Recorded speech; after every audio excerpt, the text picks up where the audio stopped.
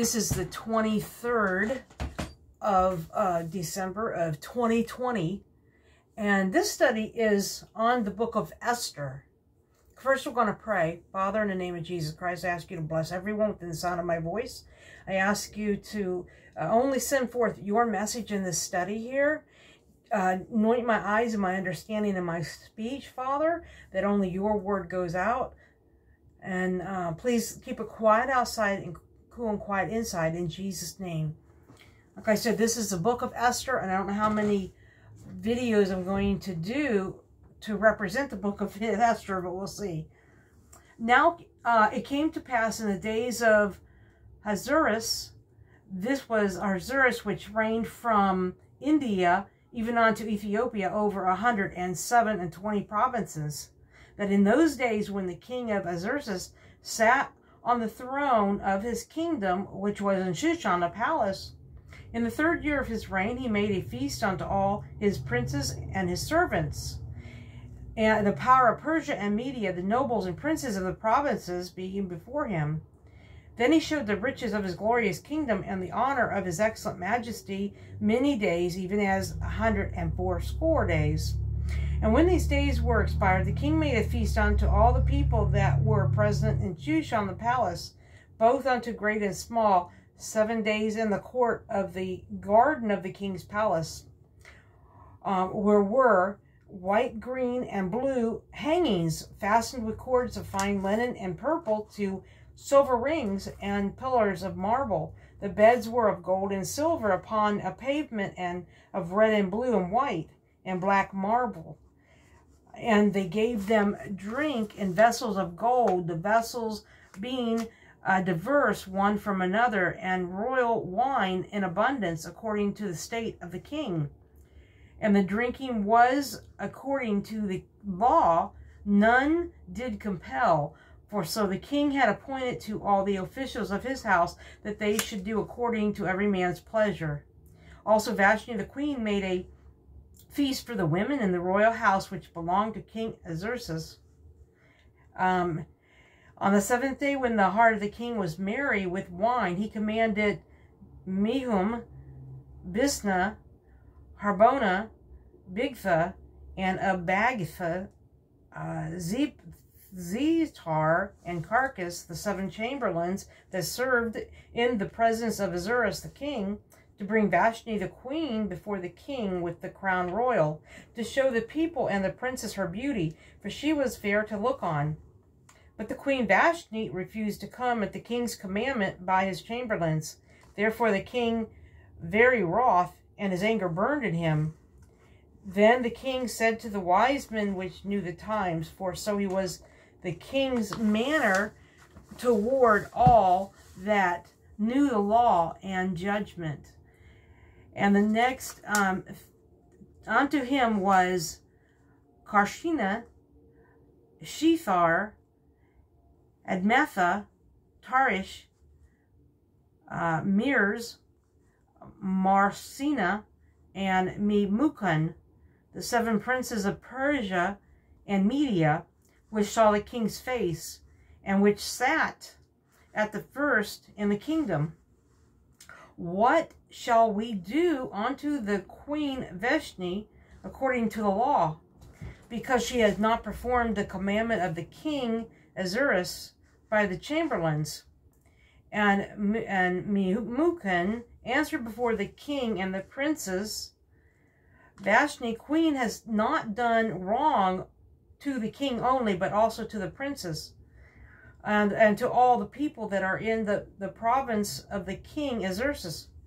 For this deed of the queen shall come abroad unto all women, so that they shall despise their husbands in their eyes, when it shall be reported, the king Ahasuerus commanded Vashti the queen to be brought in before him, but she came not. Likewise shall the ladies of Persia and Media say this day unto all the king's princes, which have heard of the deeds of the queen. Thus shall there arise too much contention and wrath. If it please the king, let there go a royal commandment from him, and let it be written among the laws and of the Persians and Medes, that it be not altered, that Vashti come no more before King Ahasuerus, and let the king give her royal estate unto another that is better than she. And when the king's decree which he shall make shall be published throughout all his empire, for it is great, all the wives shall give to their husbands honor, both to great and small. And the same pleased the king and the princes, and the king did according to the word of Memucan, for he sent letters unto the king's provinces, into every province according to the writings thereof, and to every people after their language, that every man should bear rule in his own house, and that it should be published according to the language of every people. Chapter 2. After these things, when the wrath of King Ahasuerus was appeased, he remembered Vashti, and what she had done, and what was decreed against her. Then said the king's servants that ministered unto him, let there be a fair young virgins brought for the king, and let the king appoint officers in all the provinces of the kingdom, that they may gather together all the fair young virgins unto Shushan the palace, to the house of the women, unto the custody of Hegi, the king's chamberlain, keeper of the women, and let their things for purification be given them, and let the maiden which pleases the king be queen instead of Vashti. And the thing pleased the king, and he did so. Now in Shushan the palace there was a certain Jew whose name was Mordecai, the son of Jar, the son of Shimei, the son of Kish, a Benjamite, who had been carried away from Jerusalem with the captivity which had been carried away with Jeconiah, the king of Judah, whom Nebuchadnezzar, the king of Babylon, had carried away. And he brought up Hadassah, that is Esther, the uncle's daughter, for she had neither father nor mother, and the maid was fair and beautiful, whom Mordecai, when her father and mother were dead, took her for his own daughter.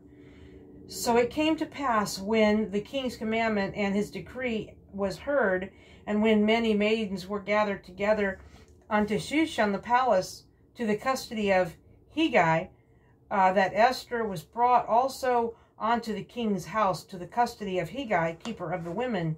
And the maiden pleased him, and she obtained kindness of him. And he speedily gave her things for purification, with which things as belonged to her, and 7 maidens which were meant to be given her out of the king's house. And he preferred her and her maids unto the best place of the house of the women. Esther had not showed her people nor her kindred, for Mordecai had charged her that she should not show it. And Mordecai walked every day before the court of the woman's house, to know how Esther did, and what should become of her. Now when every maid's turn was to come to go in to the king Ahasuerus, after that she had been 12 months according to the manner of women, for so were the days of her purifications accomplished, to wit 6 months with oil of myrrh, and 6 months with sweet odors, and with other things for the purifying of the women. Then thus came every maiden unto the king, whatsoever she desired was given her to go with her out of the house of the women unto the king's house. In the evening she went on the morrow, and she returned into the second house of the women, to the custody of Shehashgaz, the king's chamberlain, which kept the concubines. She came in unto the king no more, except the king delighted in her, and she was called by name. Now, when the turn of Esther, the daughter of Abihail, the uncle of Mordecai, who had taken her for his daughter, was come to go into the king, she required nothing but what Hegi, the king's chamberlain, the keeper of the women, appointed. And Esther obtained favor in the sight of all of them that looked upon her. So Esther was taken unto King Xerxes into his royal house royal in the 10th month, which is the month of Tebeth, in the 7th year of his reign. The king loved Esther above all women, and she obtained grace and favor in his sight more than all the virgins, so that he set the royal crown upon her head and made the queen instead of Vashti. Then the king made a great feast unto all his princes and his servants, even Esther's feast, and he made a release to the provinces and gave gifts, and according to the estate of the king. And when the virgins were gathered together the second time, then Mordecai sat in the king's gate, and Esther had not yet shown her kindred nor her people, as Mordecai had charged her. For Esther did the commandment of Mordecai, like as when she was brought up with him. In those days, while Mordecai sat in the king's gate, the two chamberlains, Bigthan and Teresh, of those which kept the door, were wroth, and sought to lay hands on the king Xerxes.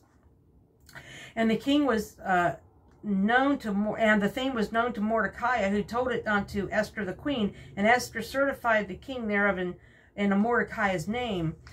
And when an inquisition was made of the matter, it was found out, therefore, that they were both hanged on a tree, and it was written in the books of the Chronicles before the king. Chapter 3. After these things did King Xerxes promote Haman, the son of Hammetai, the Haggite, and advanced him and set his seat above all the princes that were with him.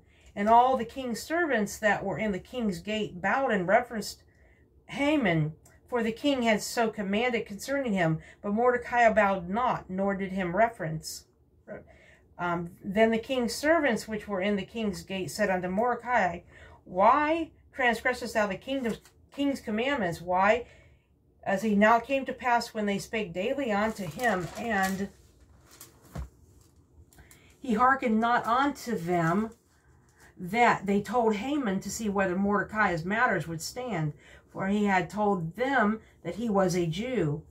And when Haman saw that Mordecai bowed not, nor did him reverence, then was Mordecai full of wrath.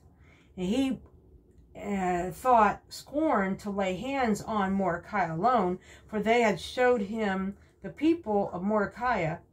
Wherefore Haman sought to destroy all the Jews that were throughout the whole kingdom of Xerxes, even the people of Mordecai. In the 1st month, that is the month of Nisan, in the 12th year of King Xerxes, they cast pure, that is the lot, before Haman from day to day, and from month to month, to the 12th month, that is the month of Adar. And Haman said unto the king Xerxes, There is certain people scattered abroad and dispersed among the people in all the provinces of thy kingdom. And their laws are diverse from all peoples, neither keep they the king's laws. Therefore it is not the king's profit to suffer them. If it please the king, let it be written that they may be destroyed, and will pay 10,000 talents of silver to the hands of those that have charge of the business, to bring it into the king's treasures. And the king took his ring from his hand and gave it unto Haman, the son of Hammetai, the Haggite, the Jews' enemy. And the king said unto Haman, The silver is given to thee, the people also, to do with them as it seemeth good to thee. Then were the king's scribes called on the 13th day of the 1st month, and there was written according to all that Haman had commanded unto the king's lieutenants and unto the governors that were over every province, and to the rulers of every people of every province, according to the writing thereof, and to every people after their language, in the name of King Xerxes was it written, and sealed with the king's ring. And the letters were sent by post unto all the king's provinces to destroy and kill and to cause to perish all Jews, both young and old, and little children and women, in one day, even upon the 13th day of the 12th month, which is the month of Adar, to take the spoil of them for a prey. The copy of the writing for a commandment was to be given in every province, was published unto all people, that they should be ready against that day. The posts went out, being hastened by the king's commandment, and the decree was given in Shushan the palace, and the king and Haman sat down to drink, but the city of Shushan was perplexed. Chapter 4.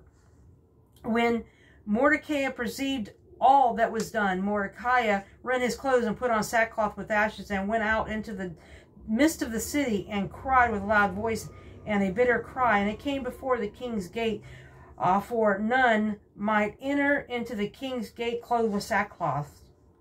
And in every province, whether so the king's commandment and his decree came, there was a great mourning among the Jews, and fasting and weeping and wailing, and many lay in sackcloth and ashes. So Esther's maids and her chamberlains came and told her. Then was the queen exceedingly grieved, and she sent raiment to clothe Mordecai, and to take away his sackcloth from him, but he received it not. Then called Esther for Hatash, one of the king's chamberlains, whom he had appointed to attend upon her, and gave him a commandment to Mordecai to know what it was and why it was. So Hatash went forth to Mordecai unto the street of the city, which was before the king's gate. And Mordecai told him all that had happened unto him, and the sum of the money that Haman had promised to pay the king's treasurers for the Jews to destroy them. Also he gave him a copy of the writing of the decree that was given at Shushan to destroy them, to show it unto Esther, and to declare it unto her, and to charge her that she should go in unto the king to make supplication unto him, and to make request before him for her people. And Hatash came and told Esther the words of Mordecai, and Esther spake unto Hatash, and gave him commandment unto Mordecai.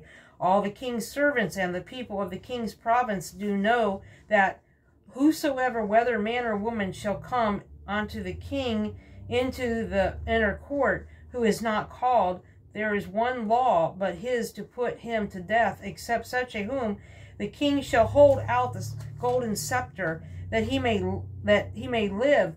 But I have not been called to come in unto the king these 30 days. And they told to Mordecai Esther's words. And Mordecai commanded to Esther, think not with thyself that thou shalt escape the king's house more than all the Jews. Whew. For if thou altogether holdest thy peace at this time, then shall there in large a deliverance arise to the Jews from another place. But thou and thy father's house shall be destroyed, and who knoweth whether thou art come to the kingdom for such a time as this? Then Esther bade them return Mordecai this answer, go, gather together all the Jews that are present in Shushan, and fast ye for me, and neither eat nor drink 3 days, night nor day. I also and my maidens will fast likewise, and so will I go in unto the king, which is not according to the law, and if I perish, I perish. So Mordecai went his way and did according to all that Esther had commanded him. Chapter 5. And it came to pass on the 3rd day, Esther put on her royal apparel, and stood in the inner court of the king's house, over against the king's house. And the king sat upon his royal throne in the royal house, over against the gate of the house. So it was, when he saw Esther the queen standing in the court, that she obtained favor in his sight, and the king held out to Esther the golden scepter that was in his hand. So Esther drew near and touched the top of the scepter. Then said to the king unto her, what wilt thou, Queen Esther, and what is thy request? It shall be given, even given thee to the half of the kingdom. And Esther answered, If it seem good unto king, let the king and Haman come this day unto a banquet that I have prepared for him. Then the king said, Cause Haman to make haste, that he may do as Esther has said. So the king and Haman came to the banquet that Esther had prepared. And the king said unto Esther at the banquet of wine, What is thy petition? And it shall be granted thee. And what is thy request? Even to the half of the kingdom it shall be performed. Then answered Esther and said, My petition and my request is, if I have found favor in the sight of the king, and if it please the king to grant me my petition and to perform my request, let the king and Haman come to the banquet that I shall prepare for them. I will do tomorrow as the king has said. Then as Haman went forth that day joyfully with a glad heart. But when Haman saw Mordecai in the king's gate, that he stood not up, nor moved for him, he was full of indignation against Mordecai. Nevertheless, Haman refrained himself. When he came home, he sent and called for his friends and Zeresh, his wife. And Haman told them of the glory of his riches and the multitude of his children, and all the things therein the king had promoted him. And now he had advanced him above the princes and servants of the king. And Haman said, Moreover, yea, Esther the queen did let no man come in with the king unto the banquet that she had prepared, but myself. And tomorrow I am invited unto her also with the king.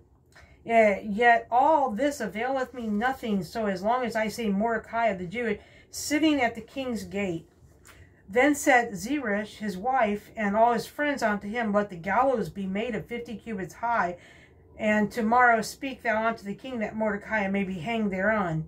Then go thou and merrily with the king unto the banquet. And the thing pleased Haman, and he caused the gallows to be made. I'm going to stop it right here, and then I'll start at 6, chapter 6. So look for part 2 of Esther.